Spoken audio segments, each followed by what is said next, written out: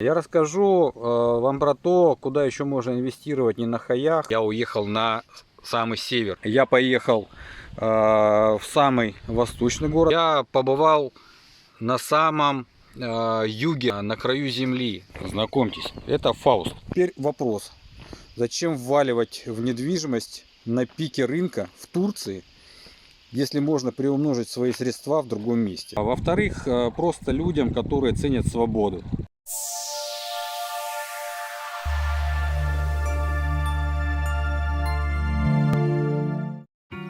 Друзья, привет! Евгений Арго на связи. Если вы хотите узнать о том, как я нашел красивейшее и непопулярное местечко, которое пребывали европейцы на другом конце земного шара, то смотрите это видео до конца. Я не имею отношения к инфобизнесу, имею абсолютно приземленный жизненный опыт. У меня высшее техническое образование. Я работал в найме, около 20 лет, наверное. 15 из них на топовых должностях. Год назад, имея уже собственную компанию по продаже серверного оборудования, я понял, что не могу планировать жизнь далее, чем на месяц. И я принял решение расширить горизонты, не сидеть и не рассуждать, как все плохо и тяжело, а двигаться вперед, ехать за горизонт, тестировать то, что я никогда не пробовал. Я расскажу вам про то, куда еще можно инвестировать не на хаях, а самое главное, то, где вообще находится тот самый чудный мир, где можно жить вдали от политических катаклизмов и без влияния корпораций на твою жизнь. Все по порядку. Да, друзья, это Южная Америка, Аргентина. Граница с Бразилией. Чтобы было понятно, почему я решился делиться с вами, буквально в 2 словах предыстории, что меня подтолкнуло вообще к этой авантюре. Смотрите, здесь такие апельсинчики. Вообще-то на самом деле не апельсин, это лимон. Так что меня вообще сподвигло. Все больше людей, знаете, задаются вопросом, что вообще происходит в мире. За последние несколько лет нашей жизнь вообще поменялась кардинально, вообще на всей планете. Но я, кажется, нашел решение, поэтому обязательно досмотрите до конца. А лучше подпишитесь, так как вообще это то, что очень многие ищут. Такой островок спокойствия, тихую гавань. Итак, значит, что это за Клондайк, что за Эльдорадо? Неужели еще остались места, где можно инвестировать не на хаях? Конечно, мой выбор сначала пал на популярные направления. Турция, Кипр, Таиланд, куда все поперли в свое время. Я посмотрел цены, проанализировал ситуацию, понял, что данные страны на сегодня уже перенасытились нашими соотечественниками. Предметы инвестиций перекуплены, находятся реально уже на пиках своих. Для старта инвестиций уже, в принципе, неинтересно. Честно говоря, не люблю делать бизнес там, где уже есть все. В результате я приехал в Аргентину. Как и все, кто в Аргентину переехал, я сначала приехал в Буэнос-Айрес, конечно. Индюки кричат. Ввиду последних событий здесь же пошел поток русскоязычных, приехавших по разным причинам. Я реально за полгода познакомился с огромным таким количеством талантливейших людей. Я столько, наверное, не видел за всю свою жизнь, вообще предыдущую. Я занялся вообще тем, чего никогда не делал в своей жизни. С головой погрузился в общественную деятельность. Стал одним из админов чата самого большого русскоязычного в Аргентине. Телеграм-чат, называется «Русские в Аргентине». Начал тестировать разные бизнес-идеи. Потом в рамках сообщества русских в Аргентине устраивал всевозможные такие как мероприятия. Помогали на этих мероприятиях вновь прибывшим соотечественникам информационно, бесплатно. Параллельно основал там благотворительный фонд. Но про него я позже, если захотите, расскажу. Пишите в комментариях. Ну, если интересно, конечно, будет, расскажу подробно, что за благотворительный фонд. Короче говоря, ни минуты вообще свободного времени не было. Вот. Я побывал на самом юге Аргентины, на краю земли, и в самом южном городе, это город Ушуая. И потом, волею судьбы, опять же в виде теста, я уехал на самый север Аргентины, провинцию Мисионес. Это потрясающее место. Вот. Что вообще известно про Мисионес? Ну, это гористая местность, находится на северо-востоке, и где территория аргентинской Месопотамии граничит с Парагваем и Бразилией. Климат горный, субтропический, влажный, с теплой зимой. Сейчас, кстати, зима, ну, я уже говорил. Вот, и относительно не жаркое лето здесь. За исключением сельхозугодий, провинция покрыта дождевыми лесами в основном. Здесь находятся одни из самых больших в мире водопадов. Водопады Игуасу. Вот, потрясающее зрелище, честно вам скажу. Вот, и излюбленное место для международного туризма.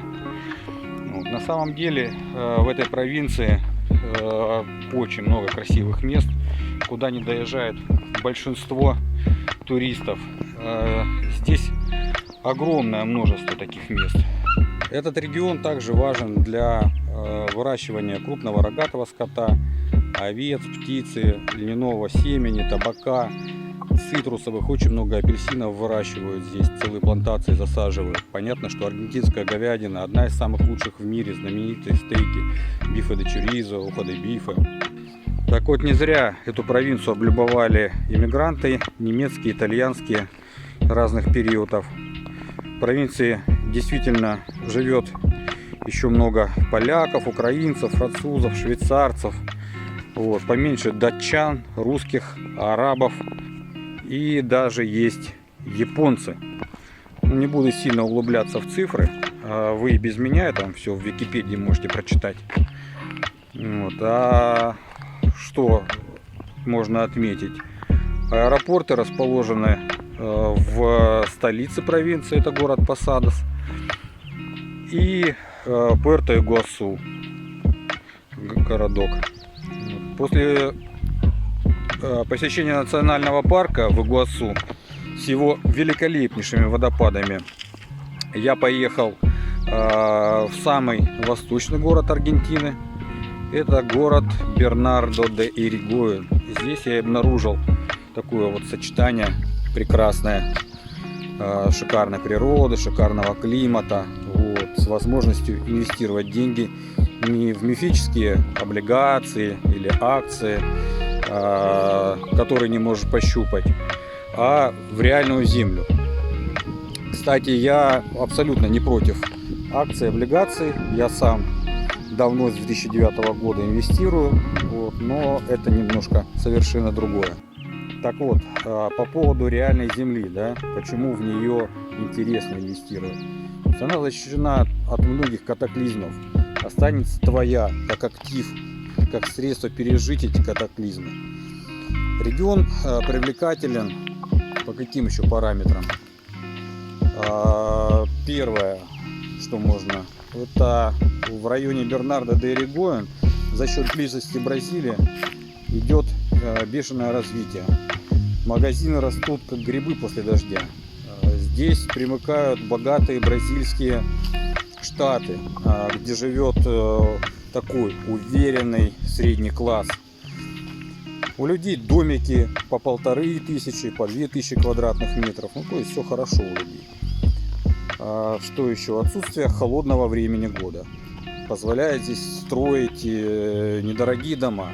То есть там не нужно отопление, толстенные стены.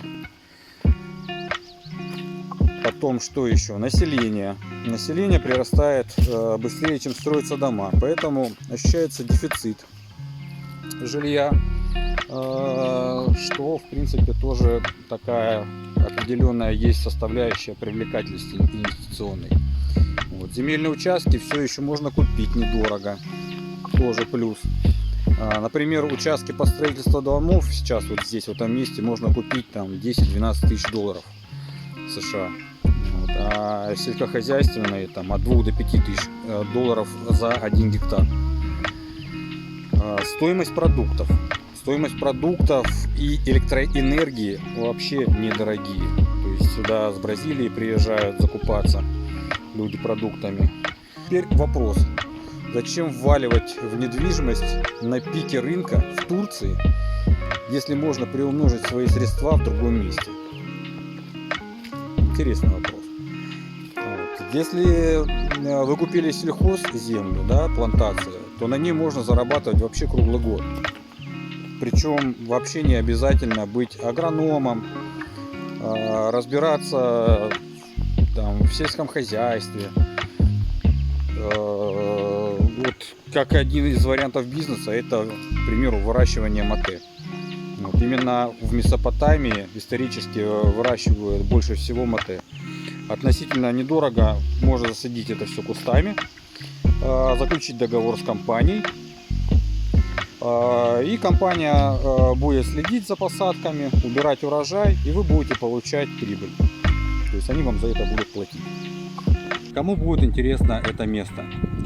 Ну, во-первых, людям, которые по разным причинам ищут, куда им переехать, где им жить лучше, для улучшения своей жизни, для какой-то безопасности.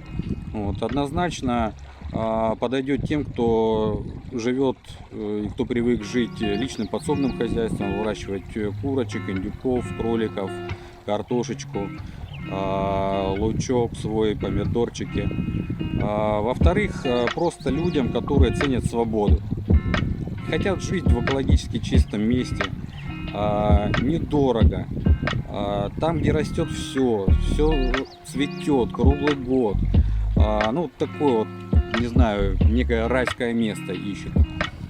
Ну и, наконец, это место привлекательно в плане сохранения своего капитала в натуральном каком-то виде, в виде земли, домов, плантаций, приносящих прибыль круглый год.